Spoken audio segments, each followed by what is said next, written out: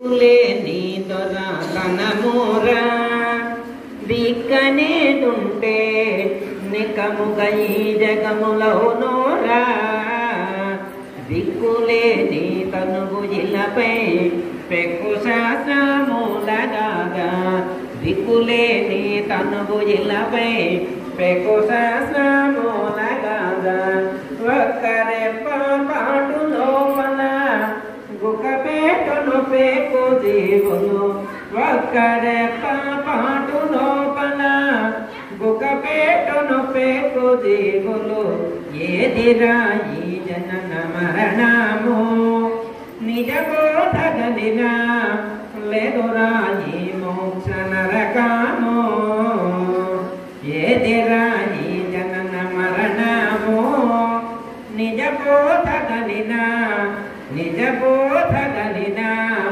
లేదురా ఈ మోక్ష నరకము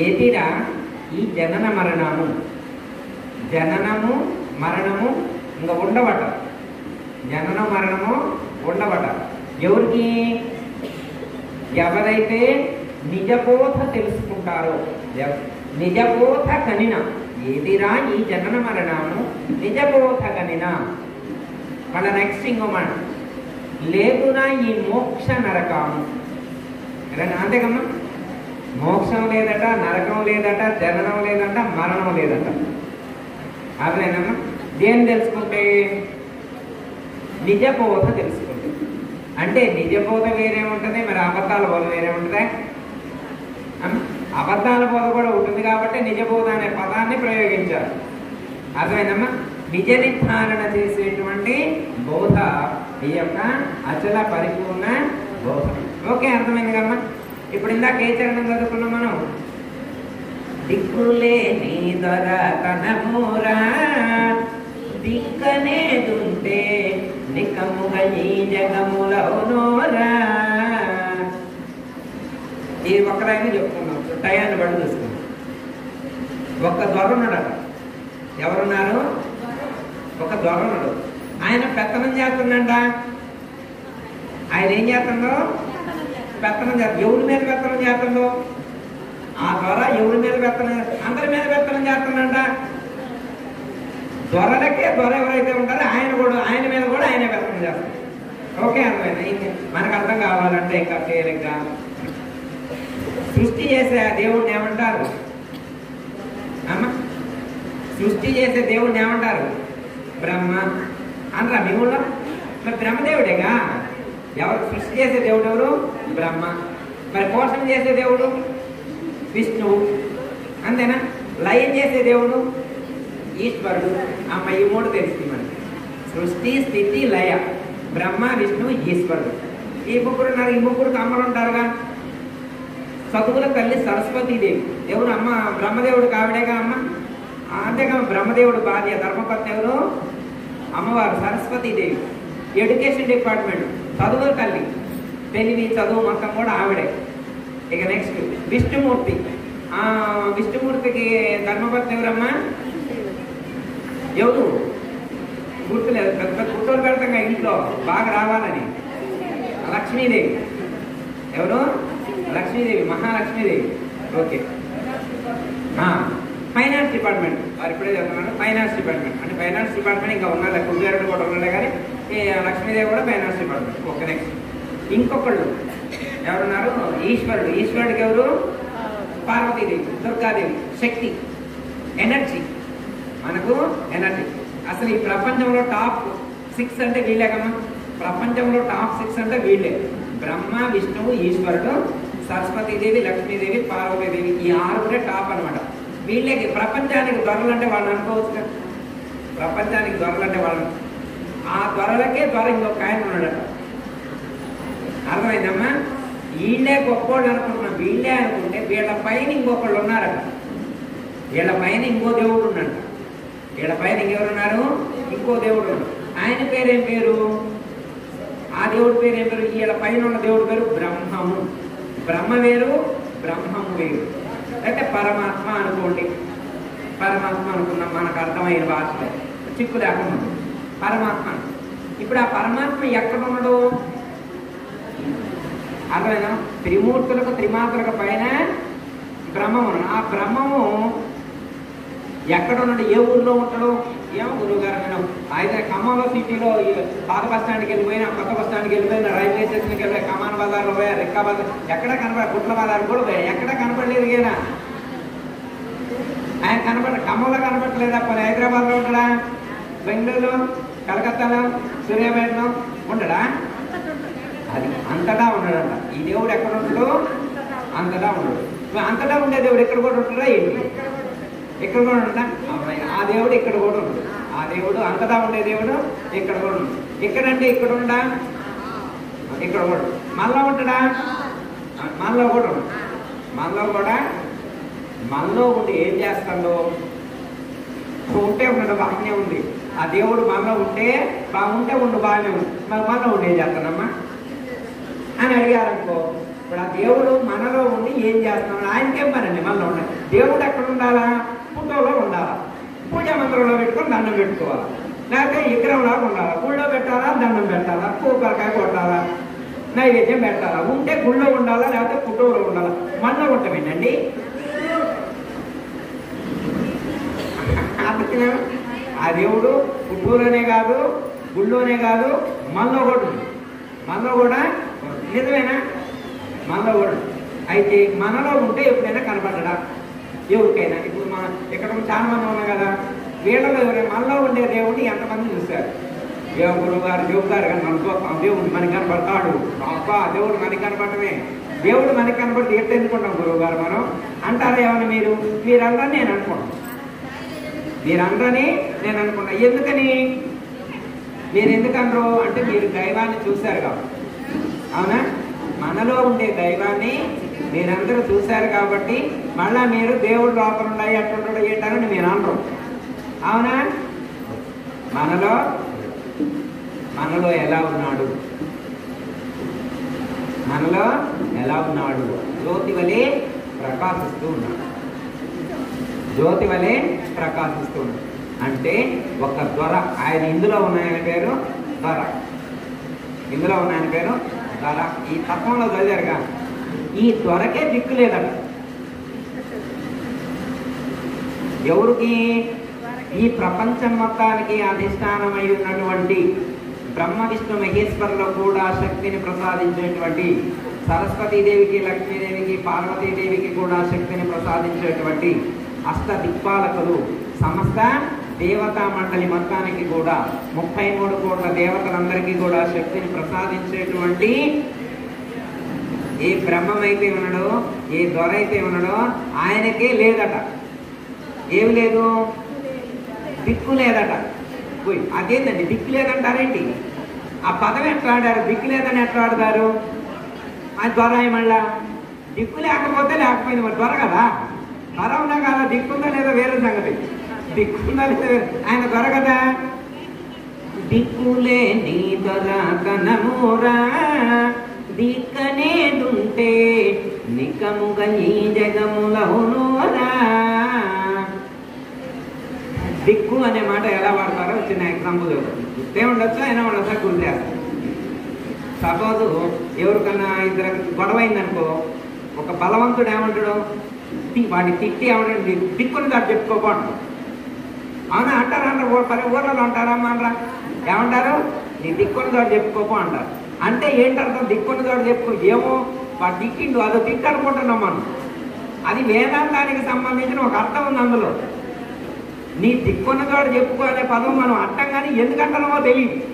అంటే మీకు తెలిసిన, మీరు తెలియగలడు కాబట్టి మీకు తెలుసు నేను అనుకున్నా, తెలియకపోతే గుర్తు చేసుకున్నాం. అంటే దిక్కున్నదోడు చెప్పుకోపో అనే పదం అర్థం ఏంటంటే, ఇప్పుడు సపోజ్ మనకి దిక్కు అంటే ఎన్ని దిక్కులమ్మ మనకి? అమ్మ 4. పుష్పమ్మ గారు 10 అంటుంది ఏంటి అమ్మ? 8. ఈ నాయన గారు 8 అన్నారు, పుష్పమ్మ గారు 10 అంటుంది, మీరు 4 అన్నారు. ఇప్పుడు ఏ తెక్కూడదాం? 10 అనుకుందాం. పై పెద్దదే అనుకుంటే పై చిన్నది ఎందుకు అనుకోవాలా? పెద్దదే అనుకుందాము. పుష్పమ్మ గారు అంటే ఊరుకుందామా? పుష్పమ్మ గారు అంటే రైట్, అది దిక్కులు అన్నది. అంటే తూర్పు అదో దిక్కు, ఆంగ్లేయం, దక్షిణం, నైరుతి, పడమర, వాయువ్యం, ఉత్తరం, ఈశాన్యం. 8 అయినాయిగా. పైన దిక్కు, కింద ఒక దిక్కు, అదో దిక్కు, ఓడో దిక్కు. ఎన్ని దిక్కులో అది చెప్పారు. అంటే కొంతమంది అష్టదిక్కులు అష్టదిక్పాలకులు అని చెప్పారు, కానీ మన గురువు గారు వాళ్ళు 10 దిక్కులు అని చెప్పారమ్మా. ఈ 10 దిక్కులు అంటే నీ దిక్కున్న చోట చెప్పుకోనే పదం అర్థం ఏంటంటే, వీడు పాము వచ్చినప్పుడు జరుగుతారు. నీ ఏ దిక్కులో చుట్టమంటే ఆడే. వీళ్ళకి ఒకవేళ తూర్పు వైపున చుట్టమనుకో తూర్పు దిక్కు వెళ్తారు. ఒక ఆయనకు పడమర దిక్కులో చుట్టమనుకో, సూర్యాపేటలో చుట్టమనుకో వాడు పడమర దిక్కు వెళ్తారు. ఇల్లెందులో చుట్టమన్నాకో ఉత్తర దిక్కు వెళ్తారు. అవునా కాదా? మదర్లో చుట్టమన్నాకో మదర్ దిక్కు, ఏ దక్షిణం దిక్కు వెళ్తారు. అర్థమైందా? దిక్కు అంటే వీడికి చుట్టం ఏ దిక్కులో ఉంటే ఆ దిక్కుకి వెళ్తారు. నీ దిక్కున్న చోట చెప్పుకోకుంటే ఏ దిక్కులో నీకు చుట్టమన్నా చెప్పుకోకు, వాడు ఏ దిక్కులో నుంచి వచ్చినా నేను భయపడ్డానని అర్థం. అర్థమైంది కమ్మా? నీ దిక్కున్న చోట చెప్పుకోకంటే నువ్వు ఎవరికి చెప్పుకున్నా ఏ దిక్కులో వాడు వచ్చినా నన్నేమీ చెయ్యలేడు. వాడు తూర్పు నుంచి రావచ్చు, ఆగ్నేయంలో రావచ్చు, దక్షిణంలో రావచ్చు, నైరుతిలో రావచ్చు, పడమలో రావచ్చు, ఉత్తరంలో వాయువ్యంలో రావచ్చు, ఉత్తరంలో రావచ్చు, ఈశాన్యంలో రావచ్చు, పైనుంచి హెలికాప్టర్లో నుంచి అయినా రావచ్చు, భూమిలో నుంచి రావచ్చు. వాడు ఎట్నుంచి వచ్చినా నాకు భయం లేదు అనే ధైర్యం ఉన్నటువంటి వాడు వాడతారు అనమాట. నీ దిక్కున్న చోట చెప్పుకునే పదం అట్లాంటి ధైర్యం ఉన్నవాడు చెప్పాలన్నమాట. ఓకే, అంటే దిక్కు అనేది మనకు అర్థమైంది. ఇప్పుడు ఈ తత్వంలో ఏమని చెప్పారు? దిక్కులే నీ దొరతనమూరా. ఇందులో ఉన్న దొరకి ఏ దిక్కులో ఎవరు లేరట. ఏ దిక్కులో కూడా ఎవరు లేరు. ఈ దొరకి ఎవరు లేరు. అదేని గురువు గారు దొర ఏ దిక్కు లేకపోతే ఇందులో ఎట్లున్నాడు, ఇందులో ఎట్లా ఉన్నాడు అని ప్రశ్న వేయమా? మనం వేస్తామా వేయమా? ఇందులో ఎట్లున్నాడు అప్ప దిక్కులేనోడు ఇందులో ద్వారాయమండా ద్వారలాగా మొత్తాన్ని ప్రపంచం మొత్తాన్ని పరిపాలించుతూ ఉండే మన దిక్కు లేదని ఎట్లంటాం అంటే విచారించితే ఏమర్థమైంది మనకి అనుకుందాం. ఇంతకుముందు అనుకుంది మనకి మనం ఎక్కడి నుంచి వచ్చినాం అంటే మోహం ఎవరంటే తల్లిదండ్రులు. అంతేనమ్మా? డైరెక్ట్ ఆకాశంలో నుంచి అయితే రాలేక మనం ఆకాశంలో మనం అవతార పురుషులు కాదు, అవతార మూర్తులు కాదు. డైరెక్ట్ ఆకాశంలో నుంచి రావడం మన వల్ల అయ్యే పని కాదు. ఒకవేళ డైరెక్ట్గా ఎవరైనా ఆకాశంలో నుంచి వస్తే వాళ్ళు ఏడాదికి రారు. ఆకాశంలో నుంచి వచ్చే వాళ్ళు ఏడాదికైతే రారు. మనకెవరు ఒక మూలం ఉన్నారు. ఎవరు? తల్లిదండ్రులు. మరి వాళ్ళు ఎట్లా వచ్చారు? వాళ్ళకి ఇంకొకటి మూలం ఉంటారు. వాళ్ళకి ఎవరు మూలం? వాళ్ళ తల్లిదండ్రులు. మన తాత వాళ్ళకి మూలం ఇంకో తాత, ముత్తాత. వాళ్ళకి ఇంకొకళ్ళ పైన, వాళ్ళకి ఇంకా పైన. ఇట్లా అనుకుంటూ పోయినాం అనుకోండి, ఎంత లెక్క పోతాం? ఎంత లెక్క పోయినా ఎవరో ఒకళ్ళు ఉండాలిగా మూలం. ఎవరో ఒకళ్ళ మూలం. అయితే వీళ్ళందరూ పుట్టడానికి ఎక్కడి నుంచి స్టార్ట్ అయ్యారు అనే దానికి బ్రహ్మము అని పేరు పెట్టారు. ఈ ప్రపంచంలో ఉన్నటువంటి వాళ్ళందరూ ఎక్కడి నుంచి వచ్చారు అంటే బ్రహ్మము దగ్గర నుంచి వచ్చారు. అవునా కదా? అందరం ఎక్కడి నుంచి వచ్చినాం? బ్రహ్మము దగ్గర నుంచి వచ్చినాం. అది ఆ బ్రహ్మాన్ని ఏమన్నారంటే స్వయంభూ అన్నారు. ఏమన్నారు? ఆయన్ని స్వయంభూ. ఆయన ఒక్కడే పుట్టిండంట. ఆయనంతా ఆయనే పుట్టిండంట. ఆయనంతా ఆయనే పుట్టిండు. అయితే మనందరికైతే మూలం తల్లిదండ్రులు, కానీ ఆ బ్రహ్మానికి మూలం ఎవరు? ఆ బ్రహ్మం ఎక్కడి నుంచి వచ్చాడు? మూలం లేదు. మనందరికీ మూలమైనటువంటి సకల చరాచర జగత్తుకి కూడా మూలమైనటువంటి ఏ బ్రహ్మమైతే ఉన్నాడో, ఏ పరమాత్మ అయితే ఉన్నాడో, ఏ అఖండ యొక్క స్వరూపం అయితే ఉన్నదో, ఆ అఖండ స్వరూపానికి మూలం లేదు. దానికైతే మూలం లేదు. మరి మూలం లేకపోయింది. మూలం లేనట్టు ఉండొచ్చునా? చరాచర జగత్తుని ఏర్పాటు చేసింది. ఏర్పాటు చేస్తే బాగానే ఉంది. ఒక శరీరాన్ని సృష్టించింది. ఇందులో ఉండి అన్నీ ఎరుగుతుందండి. భలే జరుగుతుంది. ఇది ఉందనుకోమ్మా, ఇది ఉందనుకో, ఇది ఎవరన్నా ఫోన్ అని అంటారా? ఇది అంటే ఎందుకని అనరు? లోపల ఎరుగైన ఒక ఆయన ఉండు, ఇది వాటర్ బాటిల్ చెప్పు రాదును అంటారు. ఫోన్ కాదు ఇది. అంటే మూలమైతే లేదు, ఈ శరీరంలోనే ఉంది. అన్నీ గుర్తెరుగుతుంది. ఇదేంటంటే ఫ్యాన్ అంటుంది, ఇదేంటంటే లైట్ అంటుంది, ఇదేంటంటే పేపర్ అంటుంది, అన్నీ గుర్తెరుగుతుంది. అన్నీ మూలం లేదు, ఈ శరీరంలో ఉండి గుర్తెరుగుతుంది. దిక్కు లేదు. ఇది ఇందులో ఉండే వరకు మూలము లేదు అని అర్థం. ఓకే, ఇది అర్థమైందా? దిక్కులే నీ దొరతనమూరా, దిక్కనేటుంటే నికముక ఈ జగములౌనోరా. అదే గనక నిజమైతే ఈ జగత్తు కూడా నిజంగా ఉండాలి. అది అబద్ధం కాబట్టి ఈ జగత్తు కూడా అబద్ధమని అనవలసి వచ్చింది. అర్థమైందమ్మా? అది అబద్ధం కాబట్టే ఈ చరాచర జగత్తు కూడా అబద్ధమని అనవలసి వచ్చింది. అర్థమైందమ్మా? దిక్కులే నీ దొరకనమోరా దిక్కనేలుంటే దిక్కముగా ఈ జగములవునోరా. నిజంగా ఈ జగాలు స్థిరంగా ఉండేవి. అర్థమైందమ్మా? ఇవి స్థిరంగా లేవంటే ఇది ఉత్పన్నమైనటువంటిది కూడా స్థిరంగా లేదని అర్థం. ఒక ఆయన దప్పికైతుందని వాటర్ బాటిల్ తీసుకొని ట్యాంకులో తీసుకొని తాగుతుంది. ట్యాంకులో తీసుకొని తాగుతుంది. ట్యాంకులో తీసుకొని తాగుతుంటే వాసన వస్తుంది. వాసన ఈ గ్లాస్ తీసి పక్కన పెట్టింది. ఇంకో గ్లాస్తో తిప్పుకుంటానండి, అవి కూడా వాసన వస్తున్నాయి. ఏ కిరసనాలు వాసన వస్తుందంట. ఏ వాసన వస్తుంది? కిరసనాలు. మళ్ళీ ఈ గ్లాస్ తీసి ఇంకో గ్లాస్ పెట్టిండు, మళ్ళీ కిరసనాలు. ఇప్పుడు తేడా ఎక్కడ ఉంది? గ్లాస్లో ఉందా ట్యాంకీలో ఉందా? తేడా ట్యాంకీలోనే ఉంది. తేడా వాటర్ ట్యాంకీలో తేడా ఉంటే వచ్చే నీళ్ళన్నీ కూడా అలాగే వస్తాయి. అర్థమైందమ్మా? గ్లాసు తేడా కాదు, ట్యాంకీలో ఉన్న నీళ్ళే తేడా. తేడా మన దగ్గర లేదు. మనకు మూలమైనటువంటి దొర ఎవరైతే ఉన్నారో తేడా అక్కడే ఉంది. తేడా ఎక్కడుంది? అక్కడ సరి చేసుకోవాలి మనం. దిక్కులే నీ తనువు ఇళ్ళపై పెక్కు శాస్త్రమూల దాద ఒక్క రెప్ప పాటు లోపల గుకపెట్టును పెక్కు దేవులు ఏదిరా ఈ జనన మరణము.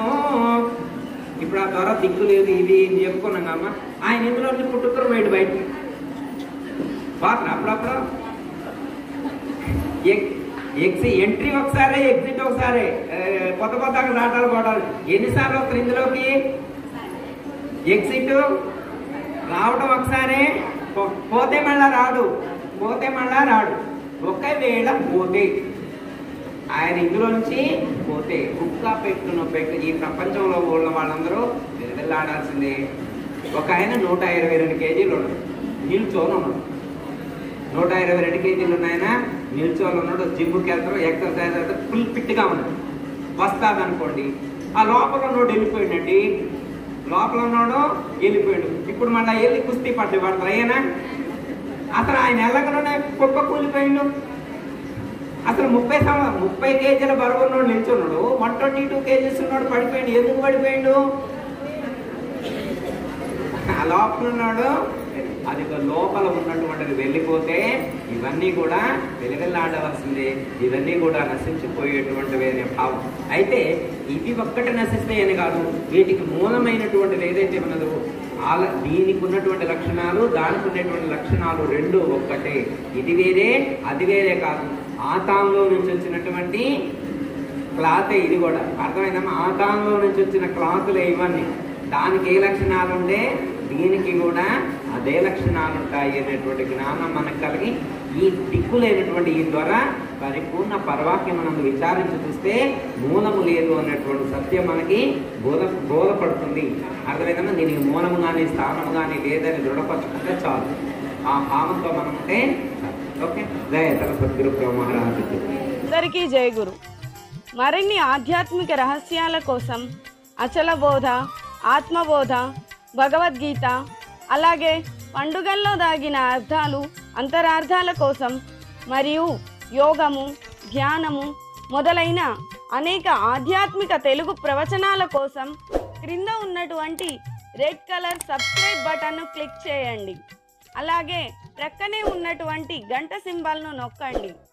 అలాగే ఈ వీడియో మీకు నచ్చినట్లయితే లైక్ చేయండి మరియు షేర్ చేయండి. జై గురు.